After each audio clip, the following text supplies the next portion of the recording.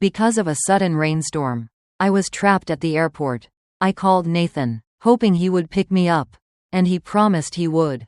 But in the end, he turned around and left me there because his first love, who had just returned, was afraid of thunder. That night, I saw her post on Weibo.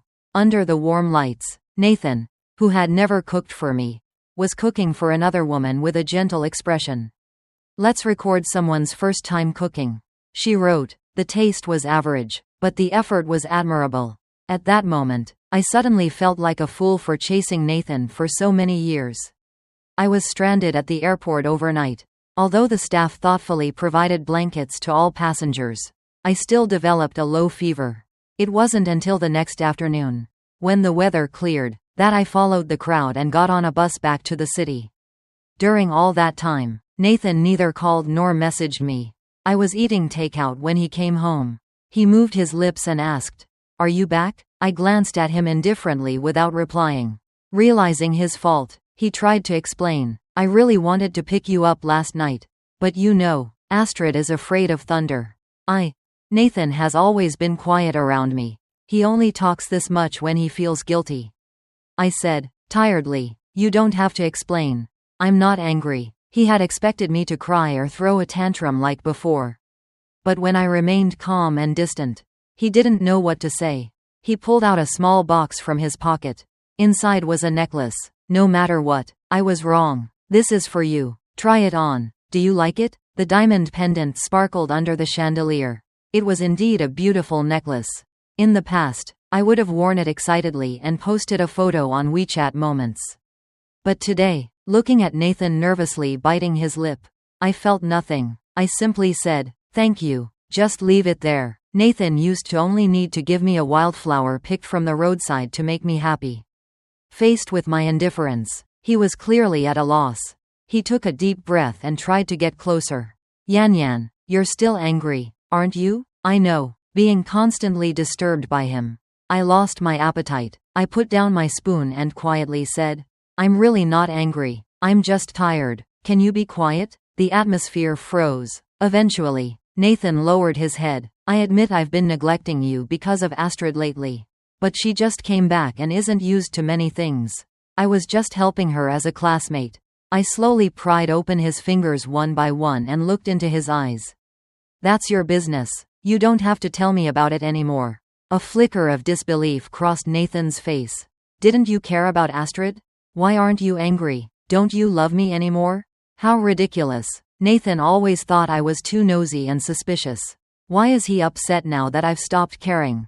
The next morning, Nathan did something rare. He cooked breakfast. When I got up, he said as if nothing had happened, "Hurry up and wash up. Breakfast is ready." It was a big pot of steaming century egg and lean meat porridge. He served me a full bowl and looked at me expectantly. In the 3 years since we got married, Nathan had never cooked. He thought I'd be happy like before. But I pushed the bowl away. "The one who likes this porridge is Astrid. Not me. And I don't like shredded ginger either. Astrid eats it because of her weak body." Nathan looked helpless at my cold reaction. Yan, if you don't like it, I'll make something else, okay?" I looked at his nervous face and asked with a smile, "Nathan, do you even know what I like to eat?" His face went pale, as if remembering something. That was the first time I met Astrid. Nathan introduced us, and then we went to a restaurant they used to frequent in college. I have a sensitive stomach and can't eat spicy food, but Nathan never took that into account. He ordered a long list of Astrid's favorite dishes. When it was my turn, he was speechless. He couldn't name a single thing I liked. That day, Astrid posted 9 pictures to her moments. Meanwhile, I quietly asked the waiter for a bowl of hot water to rinse the food before eating. Barely tasting anything, I thought that at least at work, I wouldn't have to see Nathan. But at 3 p.m., he called. I was working on a proposal and felt an inexplicable sense of irritation when I saw his name. "What is it?" He paused. "My college classmates are organizing a reunion. I want to go." Astrid was his college classmate. In my eyes, this reunion was just a way to push them back together. Their relationship in college had been intense, and their old classmates were always joking about them getting back together. When I went to pick up the drunk Nathan, My eyes were red from hearing those remarks. I tried so hard to prove I was his present. But Nathan just said coldly, "They were just joking. Don't overreact." I snapped back to reality and continued typing. "Okay, go. Anything else? If not, I'll hang up." His voice turned urgent. "Actually, I wanted to ask if you'd like to come with me. I want to introduce you to them." I smiled. "No need. You know I don't like that kind of scene." He was surprised. "Didn't you want to make our relationship public before?" I said calmly. "That was in the past. I don't have time for your party." Nathan grew angry. "I didn't even say when it is." "No matter when," I said. "I won't have time." That wasn't a lie. The company had a new branch in the neighboring city. My boss had asked several times if I'd like to go there as a manager. It was a promotion with better pay. I had refused because of Nathan, not wanting to leave this city.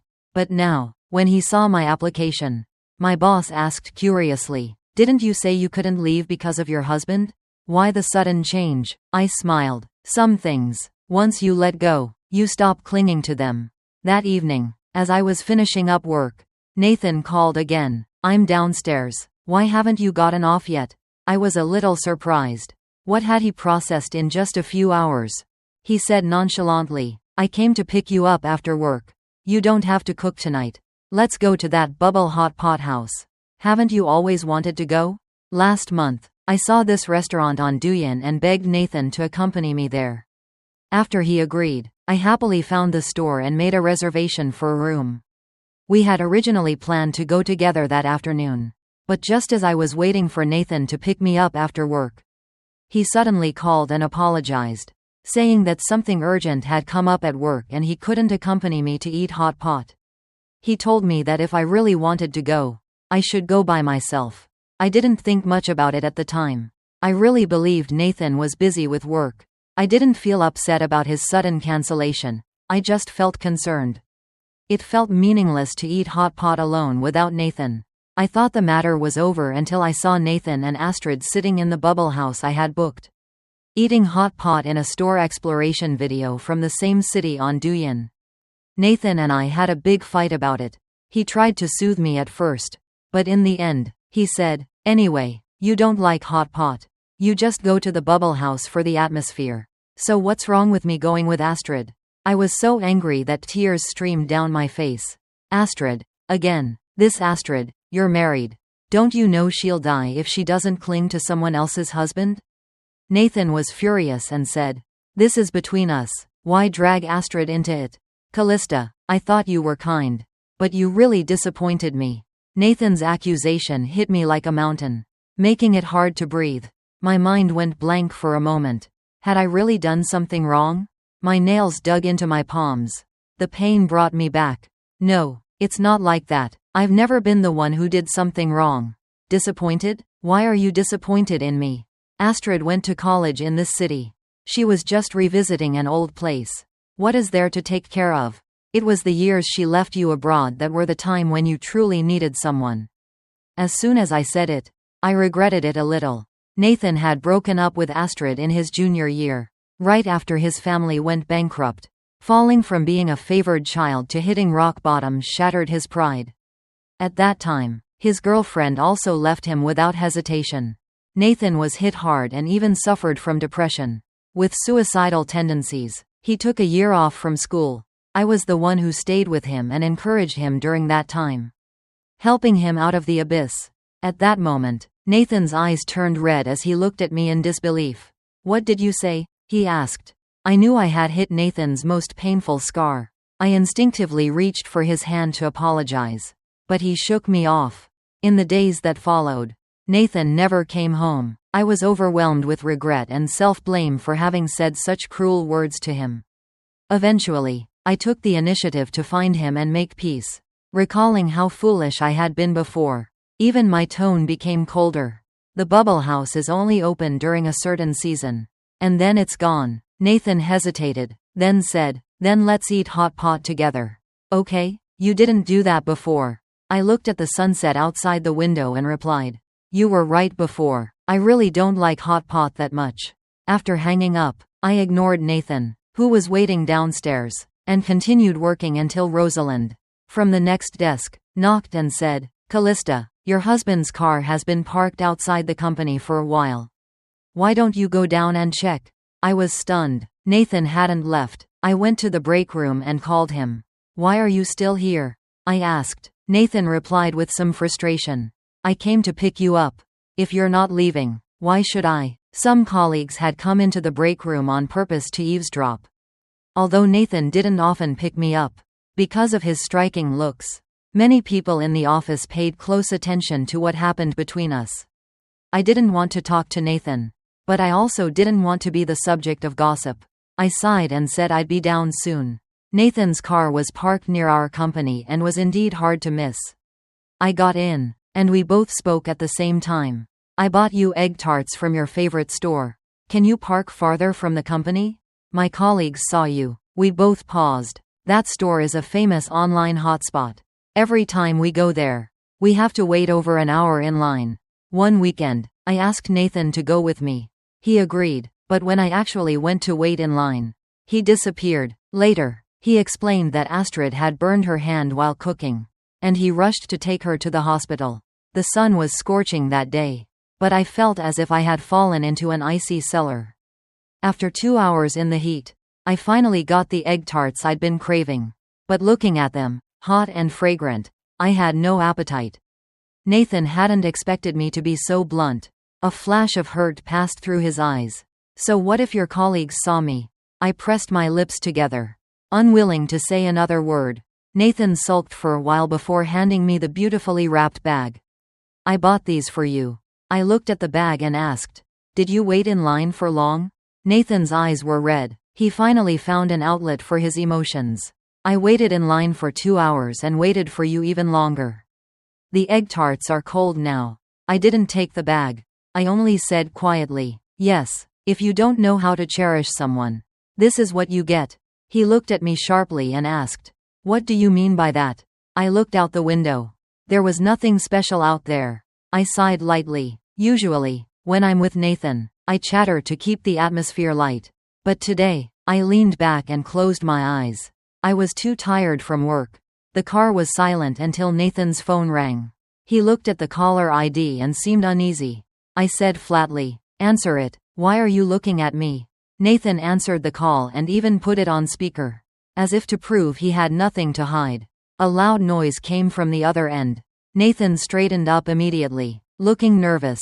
Astrid's crying voice came through. "Nathan, 2 classmates drank too much at the reunion and started fighting. Can you come get me?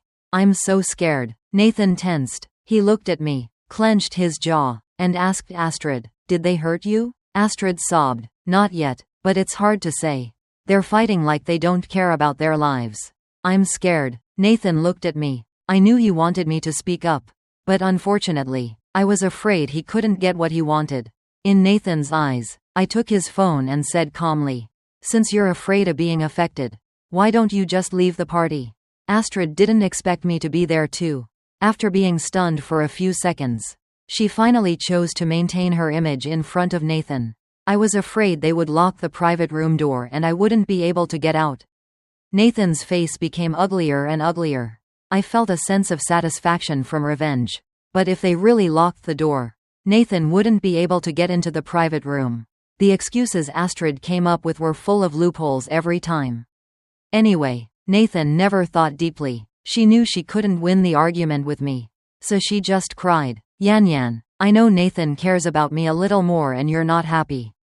But I'm really scared. I beg you, just let Nathan look at me."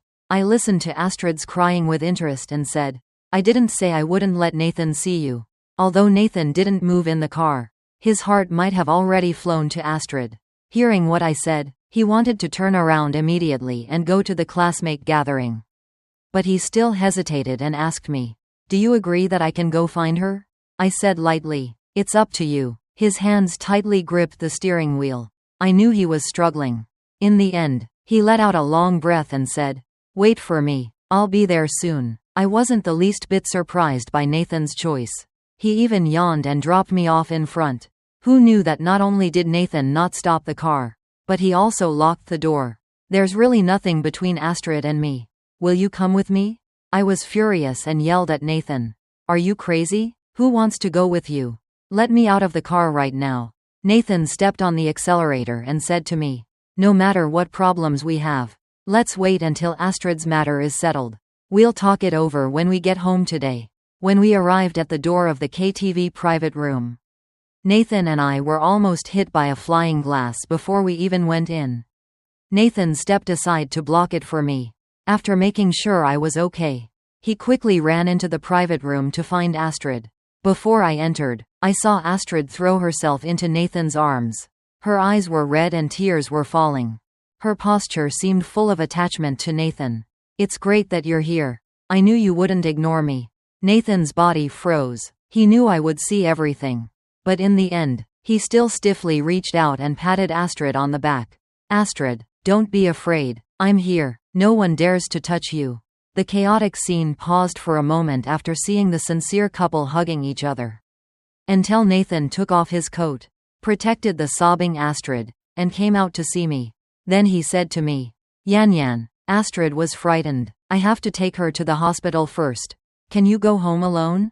Is that okay? Astrid always held Nathan's waist and snuggled in his arms. When she saw me, her eyes turned red again. I didn't mean to pester Nathan, but he's the only one I have around me. Yan Yan, you understand, right? Her words were pitiful, making Nathan feel even more distressed. At this point, I was no longer sad about Nathan's choice. But I still said, either you go home with me now and I'll let bygones be bygones. Or we divorce. You choose. The answer was already clear. Nathan clenched his fist and asked me, why can't we talk things through nicely? Do we have to end up like this? I looked at him quietly and said, you choose. Upon hearing this, Astrid tugged on Nathan's sleeve and said pitifully, Nathan, I'm so scared. Nathan gritted his teeth and said to me, I don't agree to a divorce. If we need to talk, let's do it when I get home.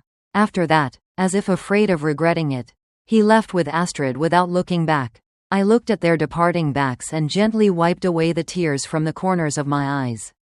It's good, since things have come to this. Let's end it. I returned to the home I shared with Nathan and sent all the evidence I had collected to the lawyer without hesitation. My request was very simple. Nathan, as the party at fault for the cheating, must leave with nothing. The money he spent on Astrid was part of our shared marital property, and I must recover it. It was originally very difficult to find this evidence. Fortunately, Astrid's Weibo documented every detail of her return to China, including the transfers from Nathan to her. I stayed up all night at the airport organizing the evidence. It was late at night, and Nathan still hadn't returned home. Another push notification came from my phone. Astrid had updated her Weibo again. On the spacious bed, Nathan was sleeping soundly with his upper body bare, while Astrid leaned on his shoulder and made a V sign. She didn't look scared at all. I sent the photos to my lawyer and told him there was solid evidence of Nathan's infidelity. After sending them, I deleted the photos. I thought they were unlucky. Just half an hour earlier, my transfer application had been approved. I could start work at the new company in the neighboring city anytime. Tonight was destined to be a sleepless night. I began packing, watching as the home I had carefully filled became empty again. I'd be lying if I said I didn't sigh in my heart. But I knew there was nothing worth missing about Nathan and everything he brought. Because we were going to discuss the divorce, I never blocked Nathan. As a result, the next day, Nathan woke up from Astrid's bed and, finding me gone when he returned home, called me countless times. I couldn't take it anymore. So I set Nathan's contact to Do Not Disturb, and sent him one message. The divorce agreement is on the bedside table. Don't forget to sign it. When Nathan realized I wasn't answering, he bombarded me with messages. Yan Yan, where are you? Why did you empty out our home? Come back and let's talk. Okay? Why did you throw our wedding rings in the trash? Don't they mean anything to you anymore? I had planned to settle down in the neighboring city before dealing with all the crap from the old one. But I didn't expect Nathan-related matters to follow me even from afar.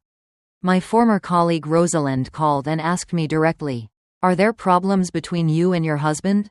The moment she said that, I had a bad feeling. Sure enough, Rosalind continued, "Did you discuss moving to the neighboring city with him?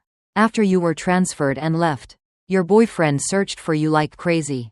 He tried to block you at the company, but was dumbfounded when he heard from coworkers that you'd gone.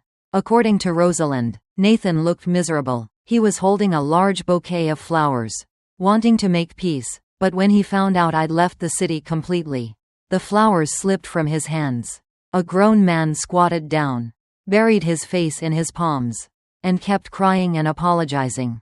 After Rosalind finished, she carefully asked, "Did he do something to let you down?" Memories flooded back, and I dodged the question, replying, "I guess so." Rosalind immediately said, "Callista, don't worry. He only knew that you had been transferred but didn't know to which city. He asked me, but I didn't tell him." I felt a little warmth in my heart. After thanking Rosalind, I hung up the phone. That night, I went home after buying groceries. I was thinking that the divorce could be put on the agenda. Unexpectedly, I saw Nathan standing downstairs at my place. He had lost a lot of weight in the past half-month. Standing there in a windbreaker, he actually gave off a feeling of fragility. The moment our eyes met, he moved his lips, and there seemed to be 1,000 words in his eyes. Finally, he asked, "Why didn't you tell me about your transfer?" I didn't answer but asked, "Have you seen the divorce agreement? Sign it if there's no problem." Nathan stepped forward and grabbed my hand. "I don't agree to the divorce. There's nothing between Astrid and me. Yan, why don't you believe me?" My eyes fell on Nathan's fingers, and I said coldly, "Let me go." Nathan was hurt by my expression and let go of my hand unwillingly. He kept repeating, "Let's talk, okay?" Maybe I'd been too good to him over the years, making him think that no matter what he did, I wouldn't leave, but seeing the expectation in his eyes, I said, "Apart from divorce, we had nothing to talk about." Nathan settled down in this city. It's ironic that before Astrid returned to China, he often made excuses about being busy with work. After she returned, he didn't even have time to drive me home.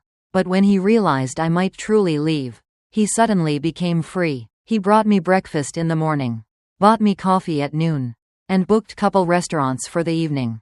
Even when I ignored him, he didn't get discouraged. One noon, he called me with excitement in his voice. "I heard there will be a meteor shower next week. How about we climb Dongshan together? You said you wanted to go before." I was disgusted by Nathan's behavior. Watching the coffee slowly drip into the cup, I said, "Haven't you already watched the meteor shower with Astrid?"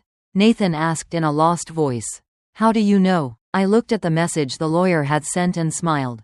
"Since Astrid came back, I've known every time you went out with her, every surprise you gave her, every penny you spent. I wanted to part ways peacefully. But since you don't, get ready for my divorce lawsuit." Nathan panicked. "No, Yan, I can explain. You know I can't live without you." He rambled incoherently and finally lost his temper. "How did you know?" I kindly told him. "Of course. It was Astrid's Weibo. You watched shooting stars with her, went to amusement parks, cooked for her. There were even photos of you two in bed." Nathan clearly didn't know about her Weibo.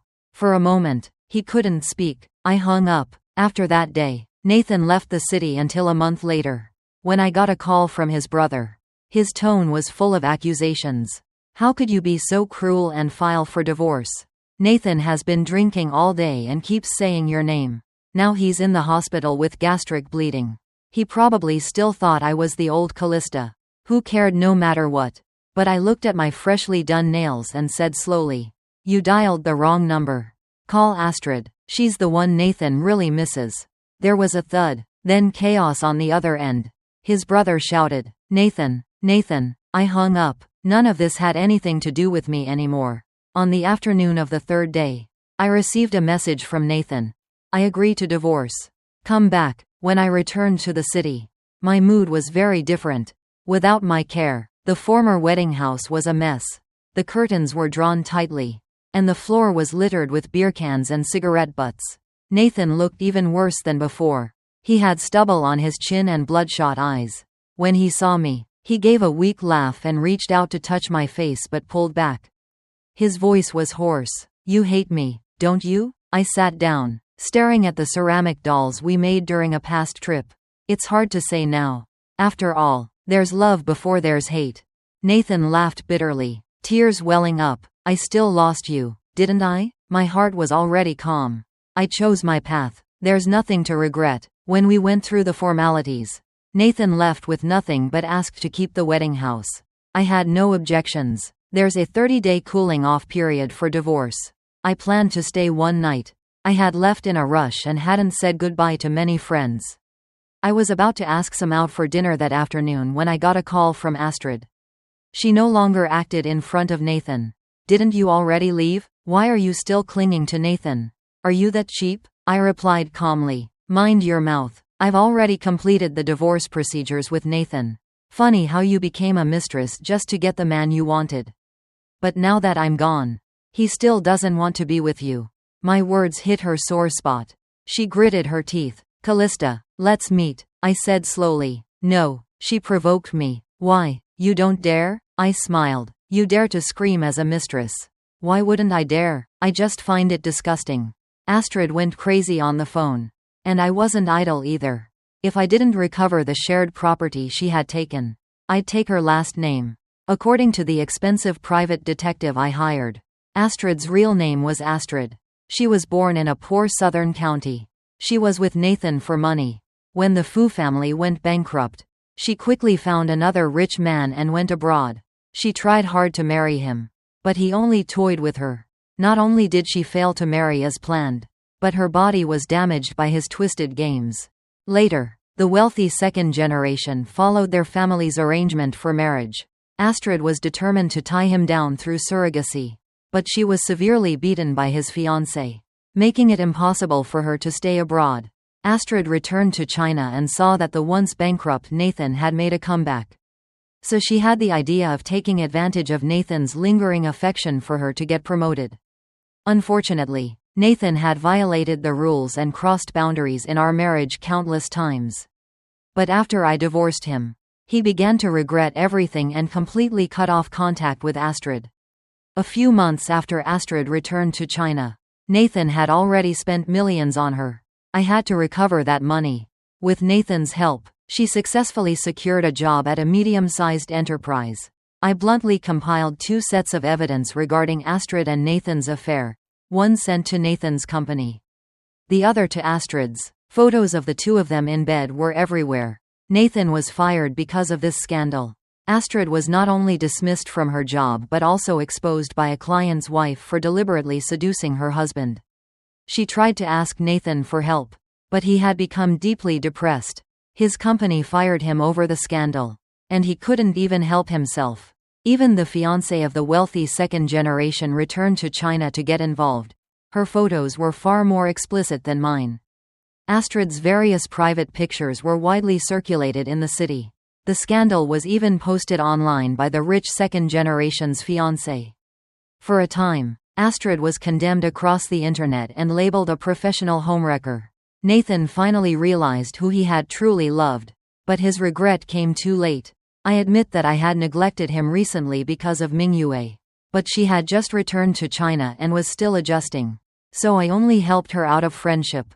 If you're unhappy, I hired an advertising truck with my older brother, displayed screenshots of Astrid's Weibo posts, and played them on a loop on the big screen of the truck. There's not much news in a small county, so her family soon became the target of public criticism, gossiped about by neighbors, when they came to me to ask for the common property Nathan had spent on Astrid. Her parents were stubborn at first, but when I mentioned Astrid's brother, who had just passed the civil service exam to become a township official, they panicked. They sold the house and borrowed money from relatives just to cover the costs. Later, it seemed Astrid married someone to pay off the debt. He wasn't born disabled, but had been beaten into that state because of his aggressive and reckless youth.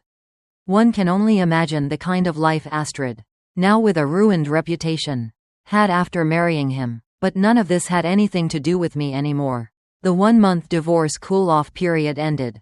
Nathan looked thinner than before, and I frowned when I saw him. I couldn't help but ask, "What happened to you?" Nathan's smile was bitter. Half a month ago, he began vomiting blood frequently. A hospital checkup revealed he had tuberculosis. How could he have gotten such a disease? Tuberculosis isn't fatal, but it's extremely draining. Nathan gave me all his assets, and after losing his job, I didn't know if he even had money for treatment. He had no way of keeping me. After completing the divorce procedures, he clenched his fists and didn't look back. He's 29 this year. But we both knew his life had reached an abrupt end at what should have been its peak.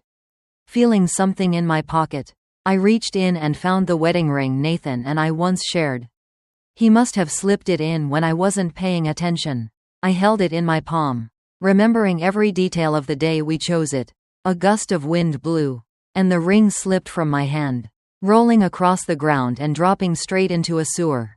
Feeling the lingering warmth in my palm, I loosened and then opened my hand. Warm sunlight spilled over me. Nathan's hunched figure faded into the distance at the street corner. Unlike him, my new life was just beginning.